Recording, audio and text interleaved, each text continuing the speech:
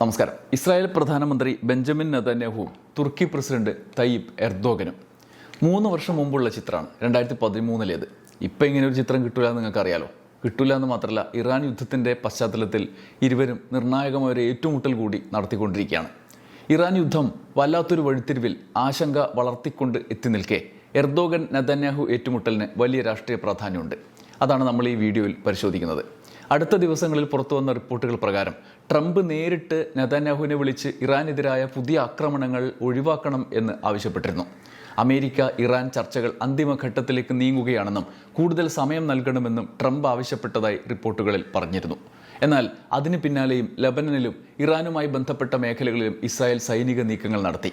ഇതോടെ കാര്യങ്ങൾ കൂടുതൽ വഷളായി. ഒടുവിൽ US-ഉം ഈ യുദ്ധത്തിൻ്റെ വെടിനിർത്തൽ കാലത്ത് ഇറാൻ ആക്രമണത്തിലേക്ക് ഇറങ്ങിത്തിരിച്ചു.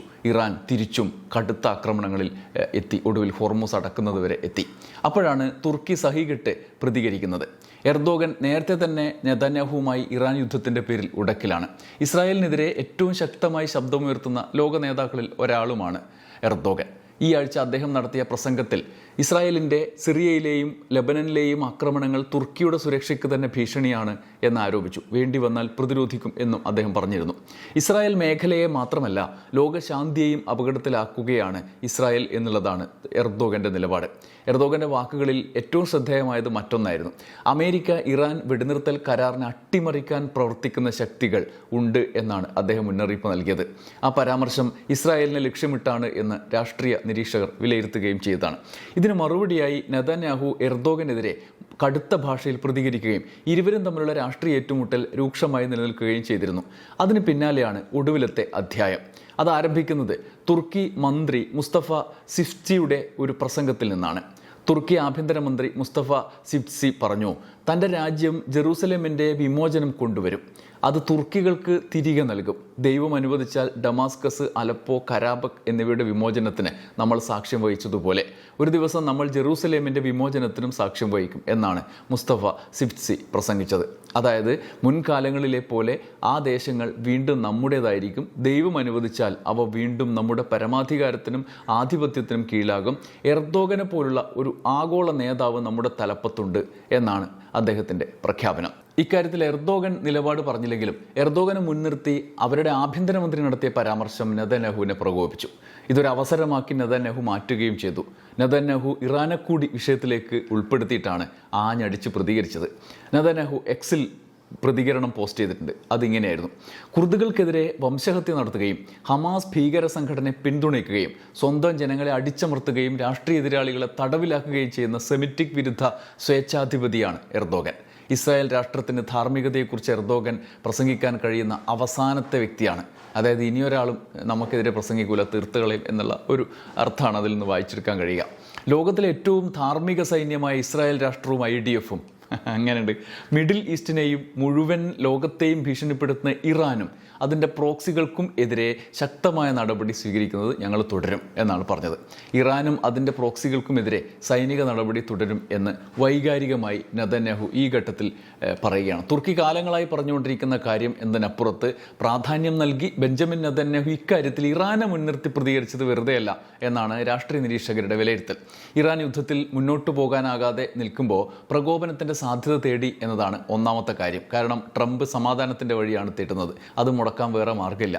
അതാണ് ഒന്നാമത്തേത്. രണ്ടാമത്തേത്, ഇസ്രായേലിൽ ആഭ്യന്തര പ്രശ്നത്തിൽ ഇങ്ങനെ കുരുങ്ങിക്കിടക്കുന്ന ഒരു സാഹചര്യം നെതന്യാഹുവിനെ സംബന്ധിച്ചിട്ടുണ്ട്. അതിൽ നിന്നുള്ള രക്ഷപ്പെടൽ കൂടിയാണ്. ഒക്ടോബറിൽ അവിടെ തെരഞ്ഞെടുപ്പ് വരികയാണ്. ഒക്ടോബറിന് അകം ഒക്ടോബറിൽ കാലാവധി കഴിയും. അതിന് ഇടയിൽ പതിവ് പോലെ ആഭ്യന്തര സുരക്ഷ ഉയർത്തി വിദേശ ശക്തിയുടെ കടന്നുകയറ്റത്തിൽ രാജ്യത്തിൻ്റെ രക്ഷക ഭാവം അണിയാനുള്ള നീക്കമാണ് നെതന്യാഹുവിൻ്റേതെന്നാണ് ഒരു വിലയിരുത്തൽ. അതുകൊണ്ടാണ് ഇസ്രായേലിൻ്റെ സുരക്ഷയെ ബാധിക്കുന്ന സംഭവം അതിനെ നേരിടും എന്ന് ഇറാനെ മുൻനിർത്തി പ്രഖ്യാപിച്ചത്. ഈ വർഷം ഒക്ടോബറിന് മുമ്പ് ഇസ്രായേൽ തെരഞ്ഞെടുപ്പ് നടക്കണം. അഴിമതി കേസും ഇസ്രായേലിലെ കോടതിയുടെ നിയമ നടപടികളും എല്ലാം കുടുങ്ങി പുറത്തു പോകേണ്ട ഒരു സർക്കാരിനെ ഗാസ യുദ്ധവും ഇപ്പോൾ ഇറാൻ യുദ്ധവും ഉണ്ടാക്കുന്ന രാജ്യത്തിൻ്റെ അരക്ഷിതാവസ്ഥ ചൂണ്ടിക്കാണിച്ച് അധികാരം നിലനിർത്തി കൊണ്ടുപോകുന്ന പ്രധാനമന്ത്രി നെതന്യാഹു.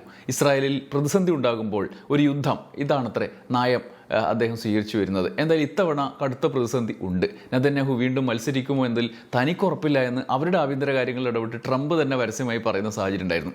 എന്നാൽ പൊതു തെരഞ്ഞെടുപ്പിൽ നെതന്യാഹു മത്സരിക്കുമെന്നും ദൈവഹിതം നടന്നാൽ വിജയിക്കുമെന്നും അദ്ദേഹത്തിൻ്റെ പാർട്ടി ലിക്വിഡ് പാർട്ടി കഴിഞ്ഞ ദിവസം നിലപാട് പ്രഖ്യാപിച്ചതോടെ കാര്യങ്ങൾ എങ്ങോട്ടാണ് പോകുന്നതെന്ന് വ്യക്തമാണ്.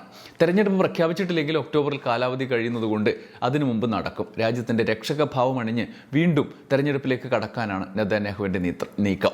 ഈ സാഹചര്യത്തിലാണ് ഇറാൻ യുദ്ധം വെടിനിർത്തൽ ചർച്ചകളുടെയും സമാധാന സാധ്യതകളുടെയും ഘട്ടത്തിലേക്ക് കടന്നിരിക്കുമ്പോൾ അപ്രതീക്ഷിതമായി വീണ്ടും പൊട്ടിത്തെറികൾ ഉണ്ടായത്. ട്രംപിന് സമാധാനത്തിൻ്റെ തീരത്തേക്ക് കടൽ അടുപ്പിക്കണമെന്നുണ്ട്.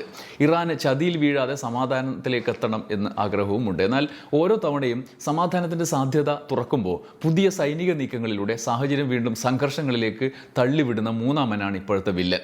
ഇറാനിൽ മാത്രമല്ല, ഇസ്രായേലിൻ്റെ അധിനിവേശങ്ങളിലെല്ലാം അവിടുത്തെ ആഭ്യന്തര രാഷ്ട്രീയം കാരണമാക്കിയിട്ടാണ് അദ്ദേഹം നെതന്യാഹു ഉപയോഗിച്ചിരുന്നത് എന്നുള്ളതാണ്.